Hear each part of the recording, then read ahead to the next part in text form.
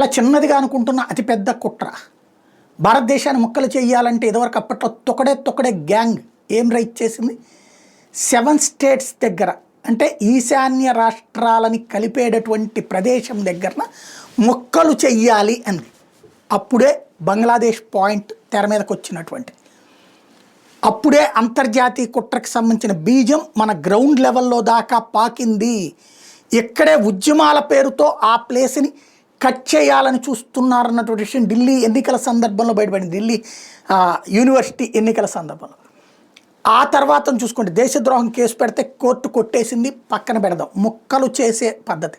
ఇప్పుడు తాజాగా రీసెంట్గానే బయటకు వచ్చినటువంటి అంశం ఏంటి, అమెరికా ఒక క్రైస్తవ దేశాన్ని సృష్టించాలనుకుంటోంది. బంగ్లాదేశ్లోని కొంత పార్టు, భారతదేశంలోని ఈశాన్య రాష్ట్రాల్లోని కొంత పార్టు, చైనా ఆక్రమణలో ఉన్నటువంటి కొంత పార్టు, మూడింటిని కలిపి ఒక దేశం కింద సృష్టించి క్రైస్తవ దేశంగా సృష్టించాలనుకుంటోంది అన్నటువంటి కాన్సెప్ట్ మరొకటి తెర మీదకి వచ్చింది.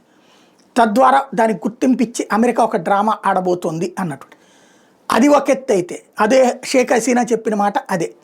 ఇప్పుడు అదే దేశానికి హసీనాని తరిమేసి వచ్చినటువంటి సోరోస్ గ్రూప్ లీడర్ అయినటువంటి యూనస్ ఏమంటున్నాడు, ఇప్పుడు 7 సిస్టర్ స్టేట్స్ని బంగ్లాదేశ్ ఆక్రమించుకునేందుకు చైనా సహకరిస్తే ఈ రెండు కలిపి మొత్తం కలిపి చైనా ఆధ్వర్యంలో నడపబడతాయి.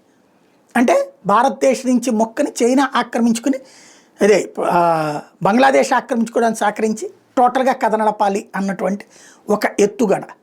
అంటే సంథింగ్ ఇది అంతర్జాతీయ కుట్ర దేశం మీద జరుగుతోంది. దేశాన్ని మొక్కలు చేయాలన్నటువంటి కుట్ర, ఒకప్పుడు కాశ్మీర్ని, ఇప్పుడు ఈశాన్య రాష్ట్రాల్ని విడతీయాలన్న కుట్ర జరుగుతోంది అన్నది ఇక్కడ గుర్తుపెట్టుకోవాల్సిన అంశం.